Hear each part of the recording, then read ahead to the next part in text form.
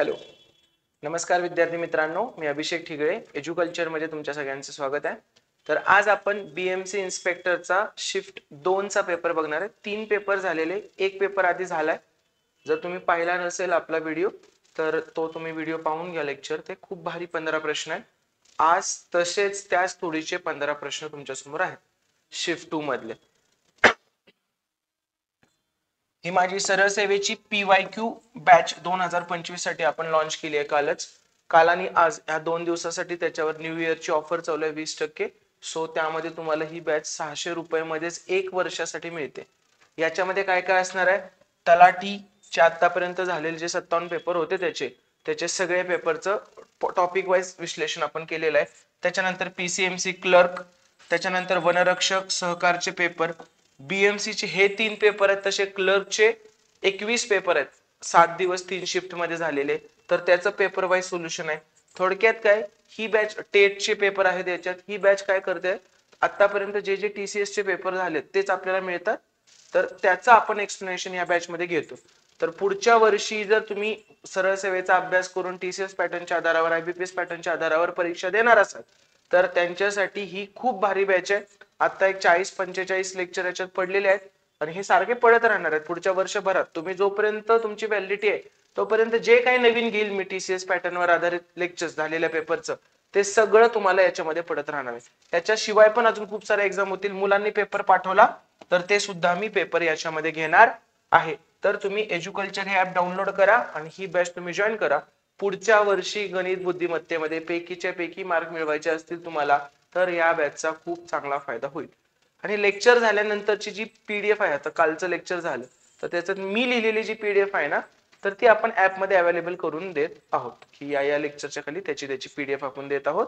तर तुम्हाला जर बॅच घ्यायची असेल तर आज घेऊन टाका व्हिडिओ अपलोड झाल्या, कारण आज खूपच कमी मध्ये 600 मध्ये तुम्हाला 1 वर्षासाठी खूप कंटेंट आहे. तुम्ही थकून जाल बघून किंवा रोज तुम्ही एक पेपर जरी बघितला तरी तुम्हाला पुरून जातील ते पेपर. एवढे पेपर आपण त्याच्यात घेणार आहोत वर्ष संपेपर्यंत. ओके, तर तुम्हाला काय डाऊट असेल तर हा माझा नंबर आहे, याच्यावर तुम्ही मला कॉल करून मेसेज करून या बॅच विषयी किंवा इतर गणित बुद्धिमत्तेच्या कुठल्याही शंकेविषयी तुम्ही मला विचारू शकता. चला आपण डायरेक्ट पहिल्या प्रश्नाकडे जाऊ. काय म्हणतोय पहिला प्रश्न?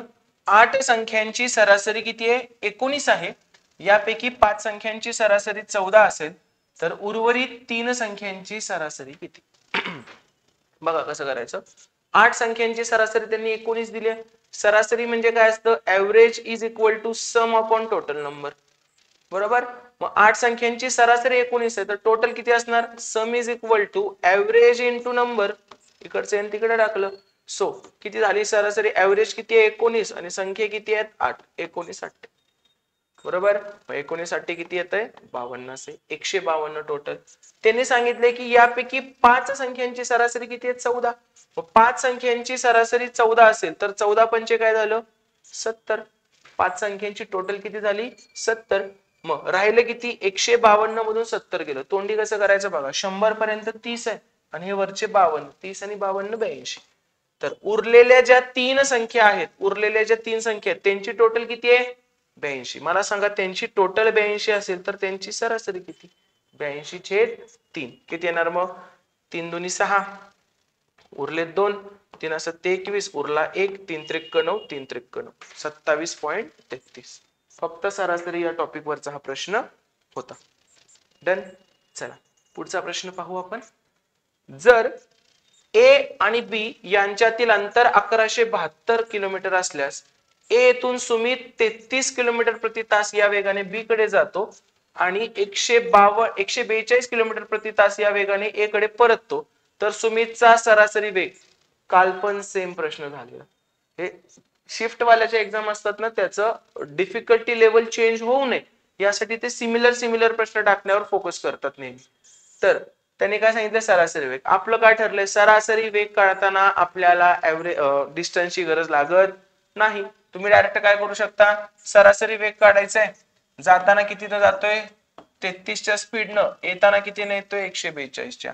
ऍव्हरेज स्पीड काय करतो आपण? ऍव्हरेज स्पीड मध्ये 2 गुणिले 33 गुणिले 142 आणि खाली टोटल टाइम असतं ते किती येणार? 33 प्लस 142. काल सेम टू सेम आपण केलेला आहे, शिकवताना पण आपण असं शिकवतो.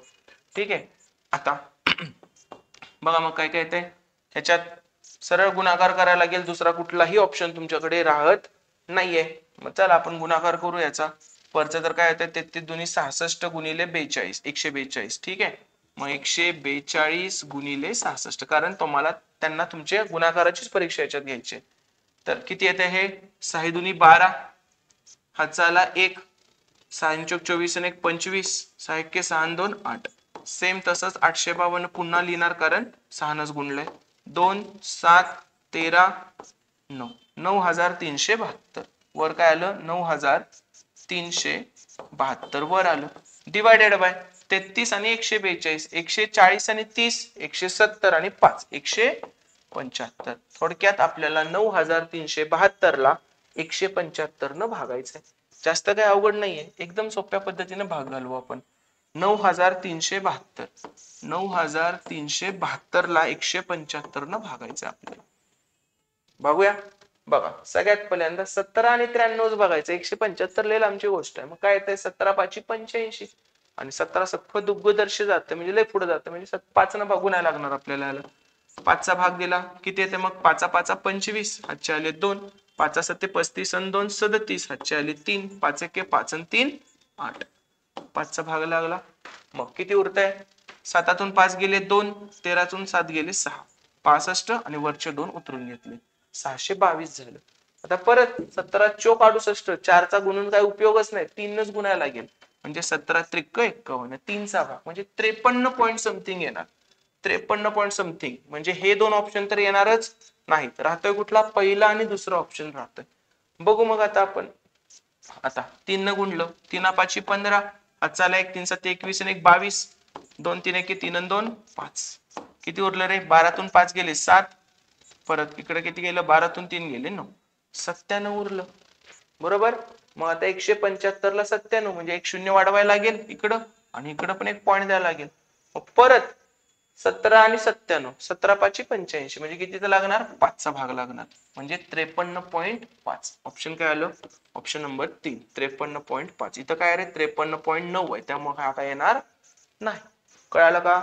मोठ्या संख्यांचे भागाकार करायला शिकवतोय, अंदाजे मला पण उत्तर काढता येतंय की भाई तुम्हाला काय म्हणणार 5 पर्यंत जातोय तर 2 ऑप्शन आहेत, हे जास्त पण लय 6 पर्यंत जात नाही, त्यामुळे निम्म येणार 53.5 येणार. 53.9 म्हणजे जवळजवळ 54च झालं ना, तर तेवढं काय येणार नाही, हे लिहा. हे ठीक आहे, हे शिकून शिकून प्रॅक्टिस न जमतं, पण हा भागाकार जमलाच पाहिजे ना, आपण शिकायला आलो. आता मी तुम्हाला मला किती भारी येते हे सांगायला नाही आलो, आपण असं स्टेप बाय स्टेप जरी केलं तरी 40-45 सेकंदाच्या आत उत्तर निघतंय, हे सांगण्यासाठी मी तुम्हाला इथं आलेलो आहे. चला पुढचा प्रश्न बघा. एक होम थिएटरची सूचीबद्ध, बघ मागच्या वेळी पण झालता, किती आहे रे 30,000 आहे. 15% आणि 30% अशा सलग 2 सवलतीनंतर किरकोळ विक्रेत्याला विक्री केली जाते. आधीचं लेक्चर सगळ्यांनी कृपया बघायचं. शिफ्ट 1चं लेक्चर घेतलंय आपण. ते लेक्चर बघितलं की हे लेक्चर वाटेल अरे एकच नंबर, काय विषयच नाही. तेव्हा डिटेल समजावलंय, त्यामुळे पहिलं लेक्चर खरंच बघ. 2-3 गोष्टी सांगतो. हे बघ, हे अभिषेक सीसॅट नावाचं टेलिग्राम चॅनल आहे, लगेच जॉईन कर टेलिग्राम वर जाऊन, अभिषेक सीसॅट. ओके. एज्युकल्चरचं युट्यूब चॅनल आहे, आता ज्याच्यावर लेक्चर बघत असशील ते सबस्क्राईब कर, काय फरक नाही पडत. ते बेल आयकॉन पण दाब, लेक्चर आलं की तुला लेक्चर दिसेल. आणि गणिताचा अभ्यास रोज करायचा विषय आहे. मी आता अभ्यास करतो गणिताचा, मग 7 दिवस गणित करतो, असं नाही होत. रोज थोडं थोडं 2-2 तास तू दिला असशील, तर हात गरम ठेवला असशील गणिताने, तर ते पेपरमध्ये इम्प्लिमेंट करता येतं तुला. हे कर, म्हणजे तुला नवीन नवीन गोष्टी माझ्या दिसतील गणित सोडवण्याच्या. किरकोळ विक्रेत्याला ग्राहकाला 50% सवलत देऊन विकायचंय आणि नंतर त्याच्यावर 38% नफा सुद्धा कमवायचा आहे. त्याच्यात ही कन्सेप्ट डिटेल समजावली आहे. आता आपण डायरेक्ट येतो, ते लेक्चर बघायचं मी आय बटन मध्ये पण टाकून देतो, इथं पुढे तर तुम्हाला दिसेल ते लेक्चर व्हिडिओ चालू असतानाच. बघा पहिल्यांदा होलसेलर वाला आहे, होलसेलर वाल्याकडे 30,000 रुपये, 30,000ची एमआरपी. त्यानं दुकानदाराला 2 गोष्टी असतात, एक होलसेलर वाला असतो म्हणजे मॅन्युफॅक्चरर पकडू, ठीक आहे, त्यानं दुकानदाराला दिलंय पकडू, आणि नंतर कस्टमर. मॅन्युफॅक्चरर, दुकानदार आणि कस्टमर. सो दुकानदाराला कितीला मिळालं 15% डिस्काउंट म्हणजे 85% ला मिळालं. नंतर 30% डिस्काउंट म्हणजे 70% ला मिळालं. बघा मग 2 शून्याला 2 शून्य गेले, या 2 शून्याला हे 2 शून्य गेले, हे एवढं राहिलं आपलं. ठीक आहे, मी याला असंच ठेवू, सोडवायचं नाही म्हणून कालच सांगितलं. 3 गुणिले 85 गुणिले 70 असंच ठेवून टाकू, काही फरक नाही पडत. आता हे कुणाला मिळालं? दुकानदाराला एवढ्या रुपयात मिळाले ती गोष्ट. दुकानदार काय करतोय आता? त्याला 38% नफा पण कमवायचा आणि 50% सवलत पण द्यायची. मग काय करतो आपण? 3 गुणिले 85 गुणिले 70 एवढ्याला त्याला पडलंय. 38% नफा कमवायचा म्हणजे तो विकणार कितीला? 138%ला विकणार. बरोबर. पण हे कधी? गिरायकाला 50% सूट देऊन. म्हणजे ही रक्कम किती असणार आहे? टोटल MRP चे किती पाहिजे? 50%. 50 म्हणजे ते आहे तर 100 म्हणजे किती? सेम त्याच सारखं स्ट्रक्चर तयार झालं कालच्या सारखं आपलं. आता करा. 100 ला 100 कॅन्सल. या शून्याला हे शून्य गेलं. 5 एके 5, 17 5 85. कळालं का गुणाकार केला नाही आपण? आता तुम्हाला जसा जमतोय तसा तुम्ही गुणाकार करू शकता. बघा सगळ्यात पहिल्यांदा तर मी काय म्हणेल, एकक स्थान बघायचं. 3 7 21 138%. हा 7 21 21 7 47 आहे. 7 8 56. एकक स्थानाला किती येतंय?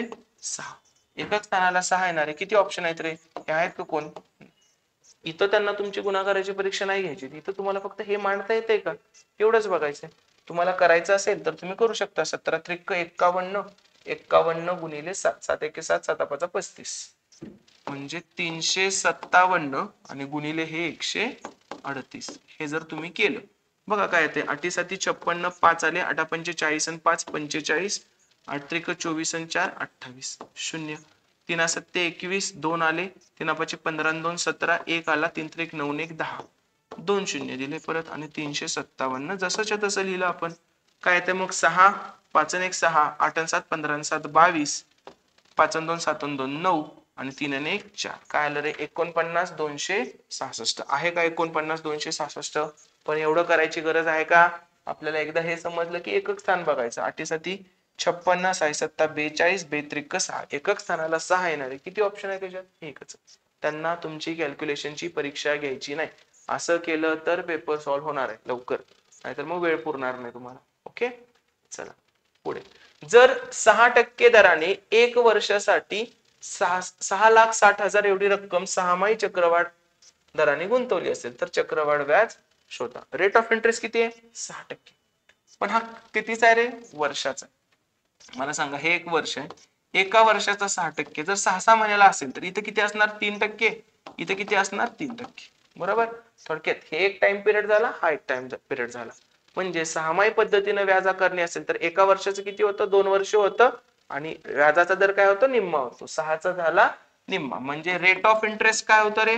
R/2 होतो आणि टाइम पिरियड काय होतं? दुप्पट होतं. कधी? 6माही मध्ये. या छोट्या छोट्या गोष्टी आपण क्लासमध्ये शिकवलेल्या असतात. तर बघा मग किती रक्कम आहे? 6,60,000. 6,60,000 रक्कम आहे. तर चक्रवाढ व्याज शोधायचंय. रेट ऑफ इंटरेस्ट किती आता? 3% आणि टाइम पिरियड काय? 2 वर्ष. 3% म्हणजेच किती रे? 3/100. करा मग. पहिल्या वर्षीचं व्याज 2 शून्याला 2 शून्य गेले. किती येते पहिल्या वर्षीचं व्याज? 0 0 3 सख्खा 18 3 सख्खा 18 ने 19. पहिल्या वर्षीचं व्याज आलं 19,800. दुसऱ्या वर्षीचं पण 19,800 येणार त्याच्यावर आणि परत याच्यावर पण 3/100 काढायला लागणार. म्हणजे हे पहिल्या वर्षीच्या व्याजावरचं व्याज मिळतं. 2 शून्य 2 शून्य गेले. मग 3 न गुणले याला. 3 8 24 2 3 9 27 आणि 2 29 2 3 1 3 आणि 2 5. जमलं? आता बघ मला हे सगळं काय तुझं सी आहे. शेवटच्या 2 आकडे काय पाहिजेत? बेरीज केली यांची CI काढलं तर शेवटचे 2 94 पाहिजेत. 94 किती ठिकाणी आहे रे? ह्याच्यात नाही कुठे. 94 कुठे आहे? फक्त इथंच आहे. शेवटच्या गोष्टींकडे लक्षच द्यायचं नाही. तुम्हाला बेरीज करायचीच असेल तर 594 इथं आणा आणि करा बेरीज. 4 9 8 8 16 आणि 5 21 9 2 11 9 20 आणि हे 4 40 194. आलं का? 40 194. ठीक आहे. हे शिकण्यासाठी तुम्हाला क्लास लावायला. ठीक आहे. मी फॉर्म्युलाने शिकवत नाही. हे आपल्या छोट्या छोट्या गोष्टी असतात, खूप इझी होऊन जातात.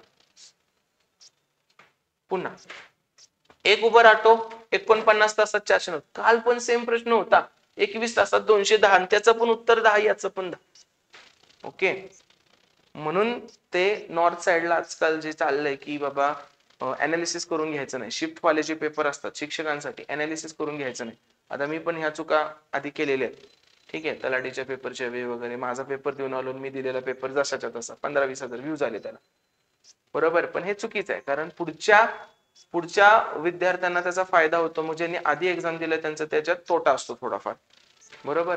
कारण डिट्टो प्रश्न जर असेल की तेव्हा 21 तासात 210 होतं, आता 49 तासात 490 आहे, तर काय अर्थच नाही उरत ना. आणि हा एकदम साधा प्रश्न आहे, ह्याचं काय अनालिसिस केलं काय नाही केलं काय, पण तरी पण त्यामुळं एकतर गव्हर्नमेंटनेच काय जी एक्झाम बॉडी आहे, एक्झाम कंडक्ट करणारी बॉडी आहे, त्यांनीच असं काहीतरी केलं पाहिजे एका दिवसात सगळ्या ठिकाणी. पण एक्झाम देणारे लोक एवढे असतात, त्यांना शिफ्ट शिवाय पर्याय राहत नाही, आणि कधी कधी तर एवढे येतात त्यांना दिवस पण लागतात आणि शिफ्ट पण लागतात.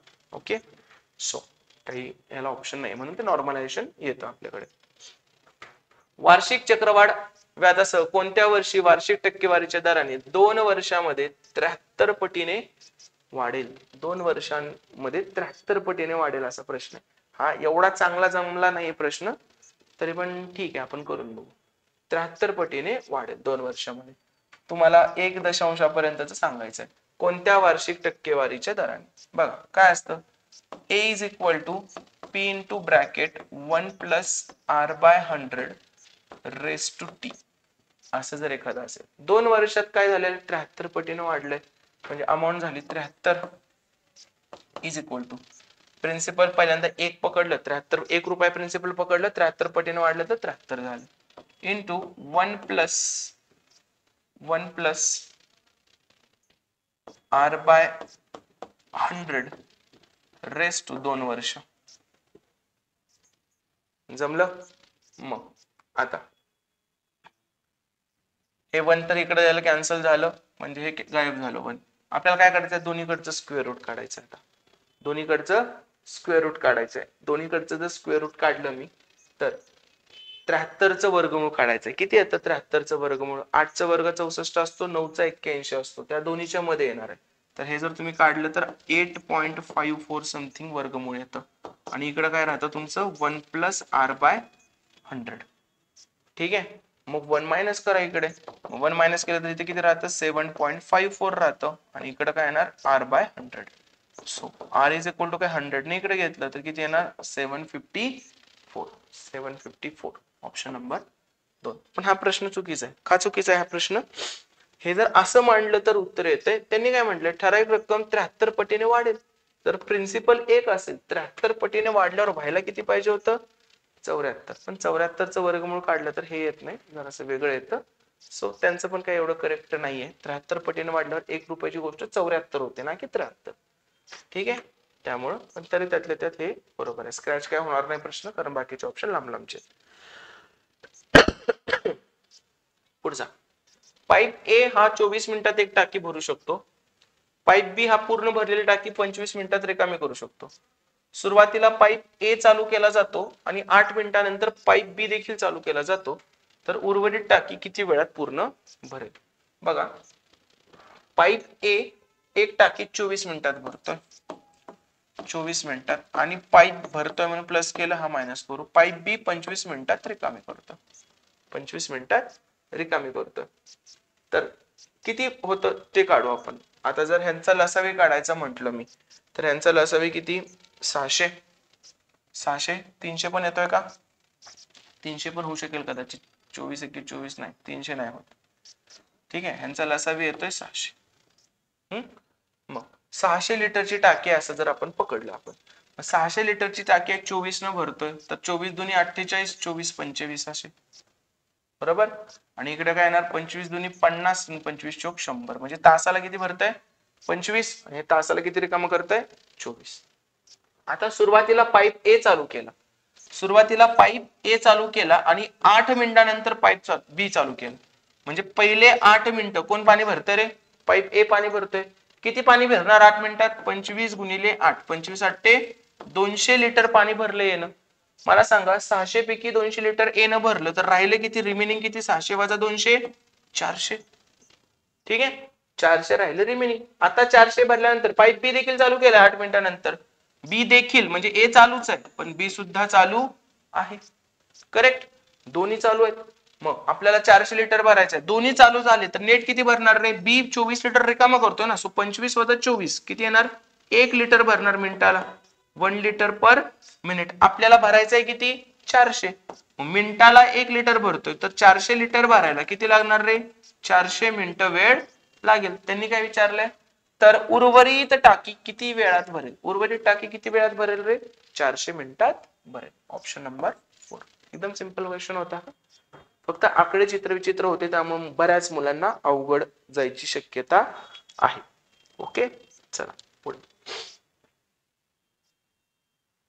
याचा समतुल्य अपूर्णांक किती असेल हे तुम्हाला सांगायचं आहे. समतुल्य अपूर्णांक किती असेल बघा कसं करायचं असतं हे 0.0.4363636. जेव्हा कधी असं असलं असतं 0.363636 हे खूप सिंपल आहे. काय करायचं 36 रिपीट होतंय ना तर 36 लिहायचं आणि दोन अंक रिपीट होत आहेत म्हणून खाली लिहायचं 99. 3 झाले असते तर 999, 4 झाले असते 9999, 1 झाला असता 9 लिहायचं खाली फक्त. म्हणजे फॉर एक्झाम्पल 0.3333 असेल तर काय लिहिणार तुम्ही 3/9. परत 0.123 123 123 असेल म्हणजे 123 रिपीट होते तर काय लिहिणार तुम्ही 123 भागिले 999. हे सिंपल आहे बरोबर जेवढं रिपीट होते. इथं काय झालंय 0.4363636 म्हणजे 4 रिपीट नाही झालं पण हे पुढचे 2 रिपीट झाले. पुढचे 2 रिपीट झाले तर अशा वेळी काय करायचं सलग जी गोष्ट आहे ती लिहून घ्यायची 436. याच्यातलं काय रिपीट नाही झालं रे 4 रिपीट नाही झालं म्हणून हे 4 याच्यातून वजा करायचं. ठीक आहे आणि खाली काय लिहायचं 3 आकडे दिलेत पण 3 नाहीत लिहायचे. रिपीट झालेले किती आहेत 2च आहेत ना. सो 3 9 लिहायचे नाहीत 2 9 लिहायचे आणि नाही रिपीट झाला एक म्हणून त्याच्या पुढे काय लिहायचं 0 लिहायचं. एकदम जास्त काय अवघड नाही. सेम असेल तर ते तर काही इझी झालं. याच्यात काय करायचं बघा 436 लिहिलं जे रिपीट झालं नाही ते वजा केलं 436 वजा 4 आणि खाली काय लिहिलं 3 9 कधी लिहायचे 3 आकडे रिपीट झाले तर इथे किती आकडे झाले 2च म्हणून 2 लिहिले आणि ते नाही रिपीट झाला म्हणून त्याचं 0 लिहिलं. मग 436 वजा 4 किती येतंय 432/990. आता तुम्हाला हे सॉल्व्ह करायचंय. ठीक आहे 9 न भाग जातोय दोन्हीकडे 9 न भाग घालवा 9 चोक 36 उरले 36 उरले 7 9 8 72 आणि इकडे काय येणार 110. अजून 2 ने पण जातोय 2 ने घालवा 24 दुनी 48 आणि 55 दुनी 110. तर त्याला फ्रॅक्शन मध्ये कसं करणार आपण 24/55. इझी आहे प्रश्न जास्त काय अवघड नाही. फ्रॅक्शन टॉपिक बेसिक मध्ये मोडतो हा. ठीक आहे चला जाऊया पुढे आपण. ए गटात 87 बघा डिट्टो प्रश्न आहे काहीच फरक नाही. ए गटात 87 सदस्य आहेत बी गटात 65 आहेत आणि सी गटात 61 आहेत. या गटातील सर्व सदस्य एका रेस्टॉरंट मध्ये जातात आणि एबीसी प्रत्येकानं सरासरी किती खर्च केलाय 434 394 आणि 316. तर प्रति सदस्य एकूण रक्कम सांगायची सरासरी. काय करतो आपण ए बी सी. ए न खर्च केलेली रक्कम किती आहे 434 सरासरी 434 आहे. किती सदस्य आहेत पण 87 गुणिले 87 केलं तर टोटल खर्च केलेली रक्कम मिळेल. बी न 394 केलेत एकूण सदस्य आहेत 65 तर टोटल खर्च मिळेल. परत सी मध्ये किती आहेत 316 सरासरी आणि सदस्य किती आहेत 61.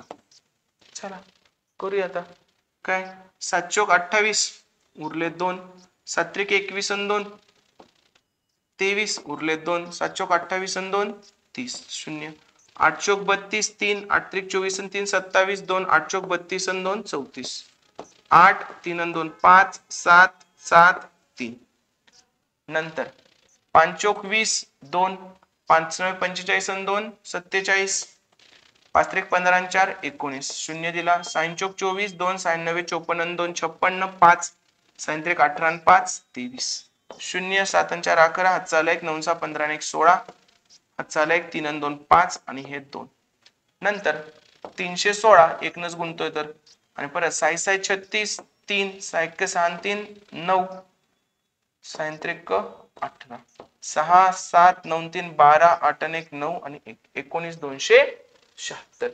तर आपल्याला आता एकूण रक्कम काढू आपण ह्यांची बेरीज करायला लागेल. काय उभं लिहित बसायची गरज नाही लहान नाही आता आपण डायरेक्ट करू 8 आणि 0 8 8 आणि 6 14 हातचा आला 1 7 आणि 1 8 8 आणि 1 9 9 5 14 हातचा आला 1 2 आणि 1 3 3 आणि 6 9 9 7 16 हातचा आला 1 9 1 10 10 5 15 15 आणि 7 22 हातचे आले 2, 2 आणि 1 3, 3 आणि 2 5, 5 आणि 3 8. सगळ्यांनी मिळून एकूण खर्च केलेली रक्कम किती आहे? 82,644. आणि आता टोटल सदस्य किती आहेत आपले? 87, 65 आणि 61. 8 आणि 7 14 आणि 6 20. 200, 201, 206 आणि हे किती येणार? 6 आणि 7 13. 213.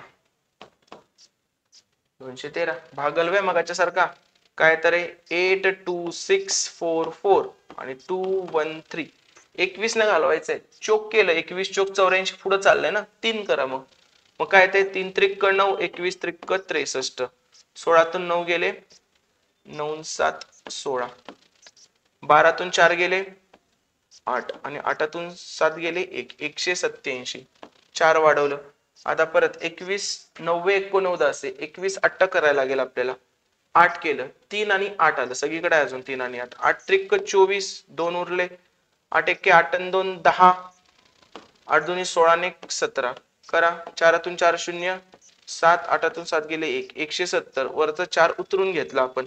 1704 दिसतंय का? 8 नच आहे ते. म्हणजे अजून एकदा 8 न केलं तर 1704 येणार. बाकी किती राहणार? 0. आन्सर काय आलं तुझं? 388. ठीक आहे. तुझ्या कॅल्क्युलेशनची त्यांना परीक्षा घ्यायची होती, त्यामुळे त्यांनी ते असा प्रश्न टाकलेला आहे. कळतंय सगळ्यांना व्यवस्थित?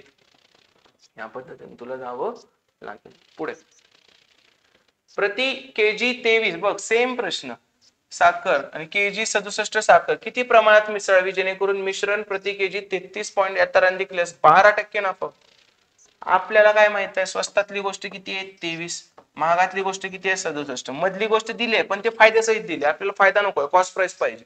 मग 33.6 ला विकल्यावर 12% नफा मिळतो. कॉस्ट प्राइस काढू. 12% नफा म्हणजे 112%. आणि किंमत किती आहे? 33.6. आपल्या 112 ला 33.6 म्हणतात. तर 100 ला किती? यातलं एक शून्य गायब करायचं असेल तर एक शून्य आपण गायब केलं आणि तिथला पॉईंट पण गायब करून टाकला. ठीक आहे.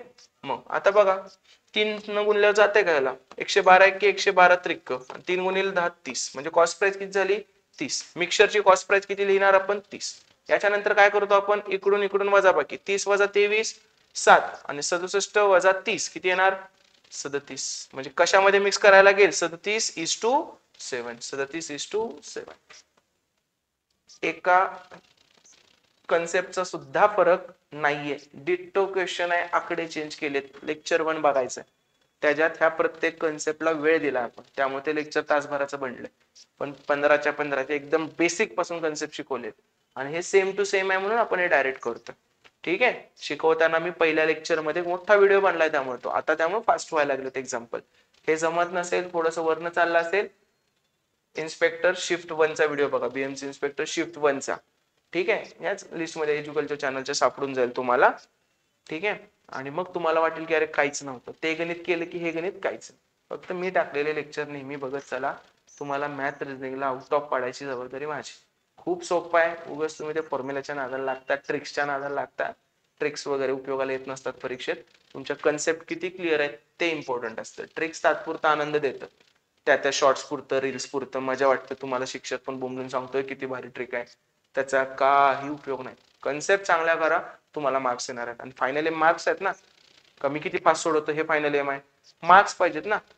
ते किती फास्ट सोडवतो ते त्या एक्झाम्पल पुरतं असतं. असे अवघड गणित आले की तुला कन्सेप्ट माहित पाहिजे. ठीक आहे. ही तर ट्रिक नाही चालत कुठली. नेक्स्ट. 3 व्यक्तींचे सरासरी वय किती आहे? 40 वर्ष. मला सांगा 3 व्यक्तींचं सरासरी वय 40 आहे तर टोटल किती रे? 40 त्रिक 120. आणि त्यांचा रेशो दिलाय त्यांनी 2:4:9. तर सर्वात तरुण व्यक्तीचे वय किती असेल? सर्वात तरुण कोण आहे? यांच्यात 2 वाला आहे. बरोबर. आता आपल्या भाषेत वय किती आहे टोटल? 9 4 13 2 15. आपल्या भाषेत 15 आहे. पण ह्या 15लाच त्यांनी वर्षांच्या भाषेत किती केलंय? 120 केलंय. आपलं 15 म्हणजे 120 आहे तर आपलं 1 म्हणजे 15 8 20 असे. मग आपलं 1 म्हणजे 8 आहे तर सगळ्यात तरुण 2. 1 म्हणजे 8 तर 2 म्हणजे किती? 16. ओके. समजतंय सगळ्यांना व्यवस्थित? चलो पुढे बघा. हा एक रूल असतोय. जर हे असं कधी असेल, एक साधा रूल सांगतो. त्या भाषेत पेक्षा साधा रूल सांगतो. हा वेगळं गणित आहे. A upon P is equal to B upon Q is equal to C upon R. असा असेल तर A plus B plus C upon हेच P plus Q plus R सुद्धा असतं. ठीक आहे, मग तिथं जे दिले तेच अंशांशाची बेरीज करू आपण सरळ. ठीक आहे, ए चे मूल्य सांगितले, हे बरोबर, हे सगळं ह्याच्याशीच बरोबर असतं. तर मग अंशांशाची बेरीज X plus Y plus Z upon, आता ह्यांची पण बेरीज करायची आहे, 2x 3x 4x plus 2y 3y 4y plus Z Z 2z 2z 4z. Done. 4 common काढू, X plus Y plus Z upon 4 common काढलं, आतमध्ये किती राहते, X plus Y plus Z. तर X plus Y plus Z, X plus Y plus Z cancel, काय आलं answer 1/4. याचं उत्तर किती आलं रे, 1/4. हा रूल आहे. आता ह्याला काय, हे असं कसं तसं कसं, ह्याला काय नाही, ह्या रेशोचा रूल आहे बेसिक. ठीक आहे, कॉम्पोनेंटो डिव्हिडेंडो, त्यामध्ये त्यातले हे कॉम्पोनेंटो आहे. थोडक्यात काय म्हणायचं मला, असं असतं छोट्या भाषेत सांगायचं झालं तर A upon B is equal to C upon D असेल तर A plus C upon B plus D असतं. आता ही नवीन गोष्ट आहे तर शिकवतो मी आता. ठीक आहे, तुला मी फॉर एक्झाम्पल असं दिलंय 2/3 बरोबर 4/6. तर याचाच अर्थ काय असतो, 2 अधिक 4 छेद 3 अधिक 6. 2 आणि 4 किती, 6, 6 आणि 3 किती, 9. बघा शॉर्ट फॉर्म करायला 3 दोन्ही 6 3 त्रिक 9 आलं का, 2/3च. म्हणजे आपण प्रूव्ह पण करून दाखवलं आकडे घेऊन लगेच तिथल्या तिथे. कळलं सगळ्यांना व्यवस्थित, एकदम व्यवस्थित. चला नेक्स्ट, तुम्हाला जर आवडत असेल तर बिंदास शेअर करत चला. बघा सेम, काल 2 पडलेले, आता आज पण पडले. 361 ए वर्ग आहे, म्हणजे त्याचा वर्गमूळ किती, 19 ए पाहिजे. 19 ए आणि सगळीकडे प्लस आहे, तर मायनस वाले येतील का उत्तर, नाही येणार. आणि 19 ए पाहिजे, इथं 15 ए आहे, त्यामुळे हे पण नाही येणार. काय आन्सर, ऑप्शन नंबर 1. आणि काय वापरलं इथं, ए प्लस बी ब्रॅकेटचा वर्ग म्हणजे ए वर्ग अधिक 2ab अधिक बी वर्ग. ठीक आहे, सोपा होता प्रश्न. सेम, सगळीकडे प्लस साइन आहे, सगळीकडे प्लस साइन आहे, इथे मायनस येईल का, नाही. मायनस येईल का, नाही. हे दोन तर येणारच नाही. परत 36 ए वर्ग आहे, म्हणजे 36 ए वर्गाचं वर्गमूळ किती, 6a. तुला 6a पाहिजे, इथं काय रे 11a आहे, त्यामुळे हे पण येणार नाही. राहिला कुठला, हाच राहिला ऑप्शन 6. सुटतंय का 5-5 सेकंदात, आता काय राहतंय का शिल्लक तुमचं. ठीक आहे, कन्सेप्ट वर तुम्ही विश्वास ठेवा, म्हणजेच माझ्यावर विश्वास ठेवा. प्रमाण समीकरण x चे मूल्य काय, काल 3चं बघितलेलं तेव्हा मी 4चं सांगितलं होतं. हा माझा युट्यूबचा लेक्चर, तर मला काय असं लय पाठच आहेत मला हे प्रश्न, असं काय नाही, पीपीटी बनवली फक्त मी, काय असं येणार आहे हे पण माहित नाही मला, पण तेव्हाच मी 4चं सांगितलेलं. मग ह्याला म्हणायचं असतं प्रिडिक्शन, की बाबा अजून एक गोष्ट सांगतोय आणि त्याच्यावर प्रश्न पडतोय. काय 4च्या वेळी काय सांगितलेलं, 30 90 25 आणि x.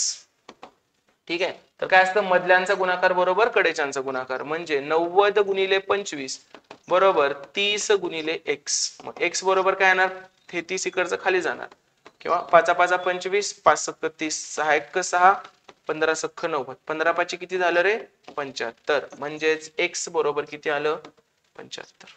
x बरोबर किती येणार 75. समजलंय व्यवस्थित. चलो ओके. तर पहिल्यांदा जी बॅचची अनाउन्समेंट केली ती पण सांगतोय. ही माझी सरळ सेवेची PYQ बॅच आहे 2025 मध्ये होणाऱ्या सगळ्या एक्झामसाठी. 2024 मध्ये ज्या ज्या एक्झाम झाले त्याच्यातल्या PYQ प्रश्नांचं 24 मध्ये पण 23 मध्ये पण जे जे मला माझ्याकडे मिळत आहेत प्रश्न, मला रिस्पॉन्स शीट येत आहेत, त्या सगळ्यांचं आपण एक्सप्लेनेशन व्हिडिओ स्वरूपात घेतोय. त्याच्यातल्या तलाठीच्या 57 पेपर मधील मॅथच्या सगळ्या प्रश्नांचं एक्सप्लेनेशन झालेलं आहे आपल्याकडे. परत PCMC क्लर्कचे 3 पेपर झालते, त्याचं एक्सप्लेनेशन झालेलं आहे. BMC क्लर्क, BMC इन्स्पेक्टरचं तर युट्यूब वर व्हायला लागलंय आता. BMC क्लर्कचं सिलॉजिझमचं लेक्चर घेतले, कारण बऱ्याच मुलांना प्रॉब्लेम होता, तुम्हाला आता ते एकदम फालतूच वाटत असेल सिलॉजिझम, बरोबर. तर ते BMC क्लर्क टेटच्या सगळ्या पेपरचं एक्सप्लेनेशन झालेलं आहे. DMER चे पेपरचं होईल, सहकारचे 2 पेपरचं झालेलं आहे, वनरक्षकच्या पेपरचं होईल, WRDच्या थोड्या पेपरचं झालेलं आहे. तर आतापर्यंत असे 40-45 लेक्चर याच्यात अपलोड आहेत आणि ह्या वर्षभरात कायम ते अपलोड होत राहणार आहेत. त्यामुळे TCS IBPS पॅटर्नचा तुम्ही अभ्यास करत असाल आणि त्याच्यावर आधारित कुठलीही एक्झाम देत असाल तर तुम्ही हा कोर्स नक्की जॉईन करा. जर तुम्ही हे आज 1 तारखेला हे लेक्चर बघत असाल तर बिंदास्त आज जॉईन करा. तुम्हाला 600 रुपये मध्ये वर्षभरासाठी एवढा सगळा कंटेंट कुठेही कुणीही देणार नाही. आणि कटलं काय ट्रिक शॉर्टकट वगैरे काही नाही आहे याच्यात. तुम्हाला प्रॉपर कन्सेप्ट न शिकवतोय जेणेकरून तुम्हाला त्याचा एक्झामला फायदा होईल.